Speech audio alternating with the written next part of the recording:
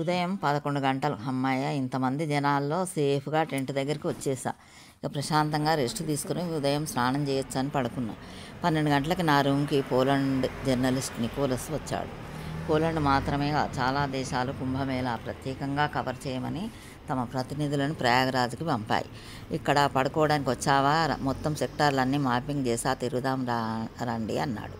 Boss 25 సెక్టార్లు తిరగడం అంటే మాటలా? అందులోనూ ఇంతమంది జనాలు. నువ్వంటే రిపోర్టింగ్ చేయాలి కాబట్టి వెళ్ళాలి, నువ్వు వెళ్ళు, నేను రాను అన్నాను. లేదంటూ లాక్కొని పోయాడు మమ్మల్ని. మేము అలా తిరుగుతూ దాదాపు 2 గంటలకి ఒక టీ దుకాణం ముందు ఆగాం. ఈ నికోలస్ అక్కడ అందరినీ ఫోటోలు, కుంభమేళా గురించి వాళ్ళ ఆలోచనలు అడిగాడు. అందరూ ఎందుకు వచ్చారంటే మాకు మోక్షం కావాలి అని వచ్చామన్నారు. ఇతను అన్నీ వినేసి టీ డబ్బులు 50 రూపాయలు ఇచ్చాడు. అప్పుడు ఆమె భయ్యా 2 టీ 20 రూపాయలే అయింది, ఇదిగో మిగిలిన 30 అని ఇచ్చింది. ఈ నికోలస్ ఏదో గొప్పగా ఉంటుందని no problem, keep it with you అన్నాడు. ఆమె అస్సలు ఒప్పుకోలేదు.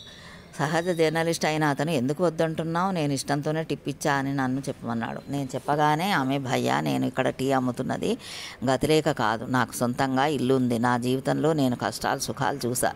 ఈ కుంభమేళా 144 ఏళ్ళకు ఒకసారి వస్తుందట. ఇందులో మునగడం మాత్రమే కాదు, ఇక్కడికి వచ్చే వాళ్ళకి సేవ చేసినా మోక్షం వస్తుంది అని నేను విన్నాను.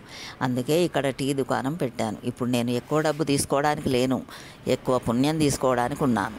మీరందరూ చదువుకున్న వాళ్ళు, మీలాంటి వాళ్ళు నా ఛాయ్ తాగి మనసులో బాగుంది అనుకుంటే అదే నాకు పుణ్యం, అదే నాకు మోక్ష మార్గం.